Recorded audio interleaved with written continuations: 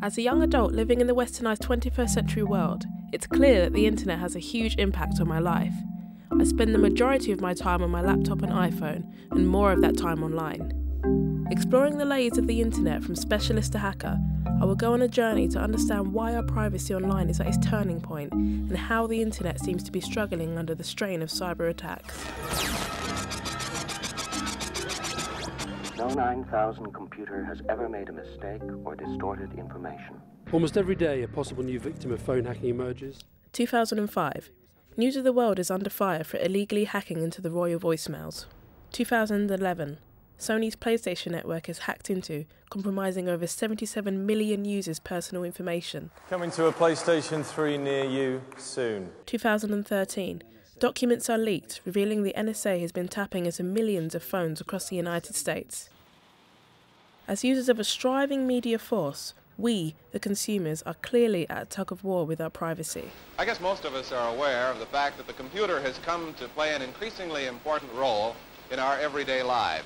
It all kicked off in the Massachusetts Institute of Technology in the 1960s.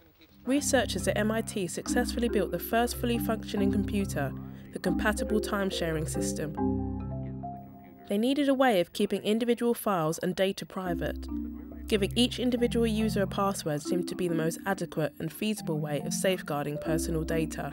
All bills and transactions will be carried out electronically. Mike Koss is an ex-hacker and computer specialist. He spent the majority of his working life in the technology and security sector and has agreed to help me understand the simplicity of breaching typical computer and internet safeguards. A lot of the time people use the same password, the same email addresses for things, for like websites and stuff. Yes. Do you think that's probably down to people trusting the internet a bit too much? No, it's just ignorance. And it's laziness. The fact is that you use the same password for multiple sites. Somebody breaks into your email, they're probably going to get access to your Twitter, to your Instagram, to your Facebook. Not to your bank, thankfully, but they can probably recover it using, your personal information that they can glean from your emails. What are the common mistakes that people normally make that kind of enhances their risk? Yeah. I guess using the same password for multiple accounts, using the same username, geotagging as well is ridiculously dangerous. I don't understand this fad. I don't need to know where you took a photo or where you posted about deciding what you were going to wear today. The problem that people have is most times that people post is first thing in the morning and last thing at night or during the office day, right? So if I wanted to, I could track you down to where you live, where you work, sometimes even the route you take to get to work. Mike had rung alarm bells.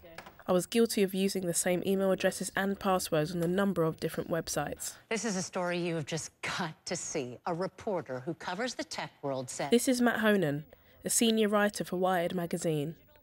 In 2012, Matt's digital life was taken from him.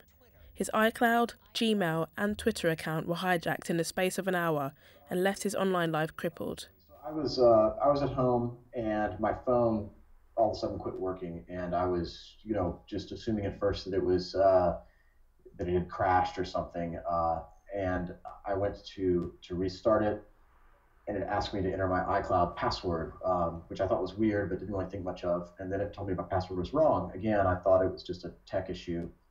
What happened is these kids had broken into my stuff, and they had wiped my my laptop, my iPad, and my iPhone. They had deleted my Google account, and they had taken over my Twitter. Okay, so what Matt told me is that these kids were able to socially engineer his way into gaining access to his Gmail, his iCloud, and his Twitter account. And how they'd done that was that they used the last 4 digits of his bank card, his billing address, and his email address. And that way they were able to fool the iCloud customer services and recover a recovery password.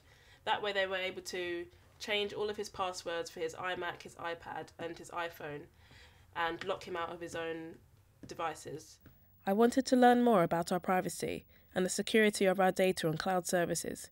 So I travelled to London to meet John Howie, a research professor at the University of Arizona and the CEO of the Cloud Security Alliance. What would you say are the main differences between a consumer cloud service and an enterprise cloud service? There's a number of differences. At the base level, technically, they're near identical. In consumer-oriented services, the cloud providers aren't giving you this for free. They are making money by serving to you adverts.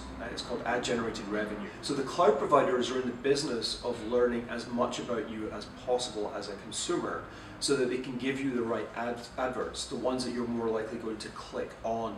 And by having a richer profile about you, they're able to go and sell their service to companies that want to advertise online more effectively. Sacrificing our personal details in return for a free service is worrying. I was fully aware our personal information was free to roam between websites through features such as cookies and caching. But put into the context of monetary exchange, it made me wonder how much of my information and personal preferences are accessible to anyone. I took the journey to Trowbridge, a small town near Bath, to talk to Eric Boyton, a professor of computer science at the University of Kent. All these companies have their own stashes of big data, right? So Amazon has all the things that you've liked and you've told them that you've bought at some point, and all the things that you've looked at on their website, and they use that to give you recommendations. There is a discussion about whether people still want privacy. Yeah, there is a very simplistic line of thought which says, oh, people share stuff on Facebook. They don't want to be private anymore. But privacy is about control, right? Privacy is not about sharing information. Privacy is about having control about what information you share with whom. Should we really be worried about our personal details? Because they're almost key for our online use. Should we really be worried about what we actually put on the internet? Oh yeah, definitely. I mean, the information that you put on the internet now will likely stay there for the rest of your life if you're not very careful about it. When I talk to students going out for job interviews, thinking about applying for placements and things like that, one of the things that we talk to them in detail about is what does their online image look like, right? We tell them, Google yourself, see what comes up, and see what you can do about that. So I'm just Googling myself here. And already there are loads of information about me. You know, I've got my email address, a picture of me, all the social networking sites that I use. I have Google Plus here. On Google Plus, I have all of the videos that I've uploaded. I mean, even something as simple as my name and my email address, that could be the first steps of compromising my data. That's the one. I came across the term doxing as a means of compromising data. I got into contact with a computer hacker hobbyist known as Vlad. He was able to explain what kind of information doxing could bring up. He was also willing to dox me. It would take him around a week to complete the process of finding out all the publicly available information about me. The anticipation was high, but the fright of my personal details being projected back to me was constantly in the back of my mind.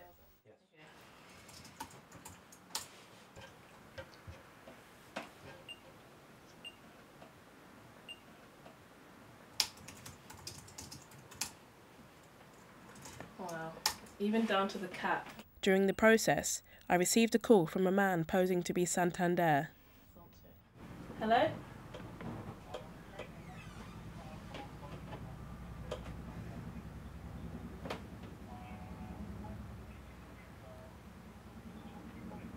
Yeah.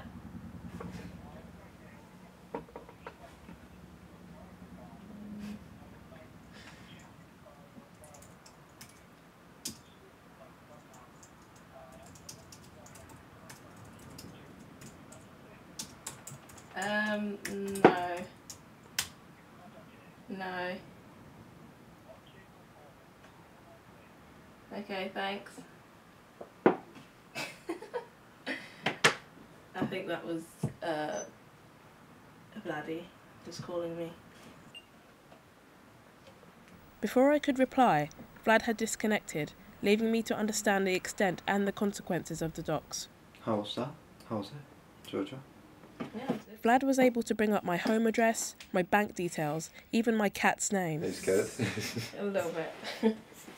As far as the law goes, doxing is completely legal, but only if you're finding publicly available information.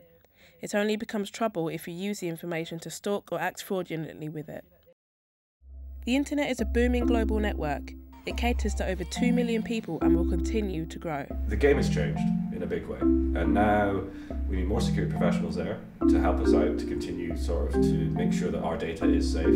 But the main thing that needs to change is the level of security that's being implemented across multiple websites. The internet is a tool of life, and new generations will be fully dependent on its technologies and opportunities. Yes, it will get worse.